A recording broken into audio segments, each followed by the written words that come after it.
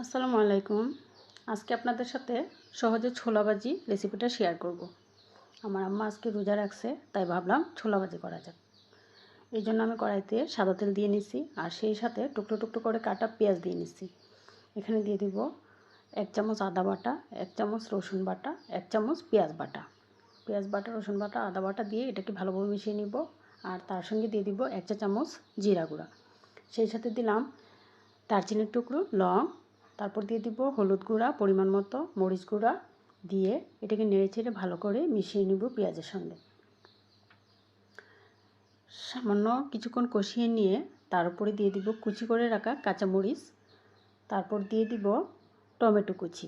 Tomato কুচি দিলে এই ছোলা ভাজিটা খেতে কিন্তু অনেক বেশি মজা হয়। এটা একটু সফট হয়, ড্রাই হয়ে যায় না, খেতেও ভালো লাগে। এবার এটাকে আমি ভালোভাবে মিশিয়ে কষানোর জন্য সামান্য পরিমাণে পানি দিয়ে নিব। পানি দিয়ে এটাকে ভালোভাবে নেড়েচেড়ে মিশিয়ে কষিয়ে নিব। যখন কষানো হয়ে যাবে, সিদ্ধ করে রাখা ছোলাগুলো দিয়ে ভালোভাবে আবারও নেড়েচেড়ে মিশিয়ে নিব। এটাকে একটা খুন্তির সাহায্যে নেড়েচেড়ে মিশিয়ে নিচ্ছি। যখন মেশানো হয়ে যাবে, এটাকে কিছুক্ষণ ঢেকে রান্না করব।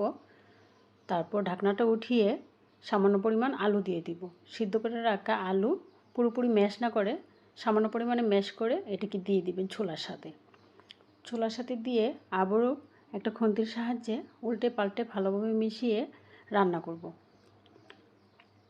যতক্ষণ না এটা ভাজা ভাজা হয়ে যাচ্ছে ততক্ষণ রান্না করতেই থাকবো।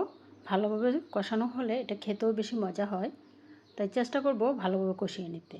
কষিয়ে নিয়ে সামান্য পরিমাণ পানি দিয়ে ঢাকনা দিয়ে ঢেকে আবার বেশ কিছুক্ষণ ধরে এটাকে রান্না করে নিব। এই ছোলাটা কিন্তু আমরা রমজান মাস ছাড়াও যে কোনো টাইমে খেতে পারি। আর এই পর্যায়ে এসে আমি একটু লবণ দিয়ে দিচ্ছি।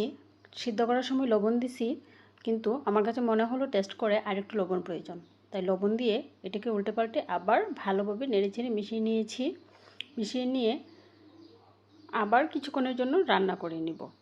যতক্ষণ না এটা খুব আঠালো হয়ে যাচ্ছে ততক্ষণ এটাকে রান্না করতেই থাকবো। আর একটু পরপর নেড়ে দিতে হবে, কারণ তলানিতে যাতে লেগে না যায়। যদি লেগে যায় তাহলে এটা পুরোপুরি একটা গন্ধ চলে আসবে, তখন কিন্তু খেতে আর ভালো লাগবে না।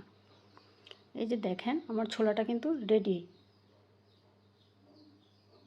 এটা একটু ভিজা ভিজা মাখো মাখো থাকলে খেতে বেশি ভালো লাগে। অতিরিক্ত ড্রাই করে ফেললে এটা খেতে তেমন একটা বেশি ভালো লাগে না, শুকনো শুকনো মনে হয়। এই ছোলার সাথে আপনারা মুড়ি মাখা দিয়ে খেতে পারেন।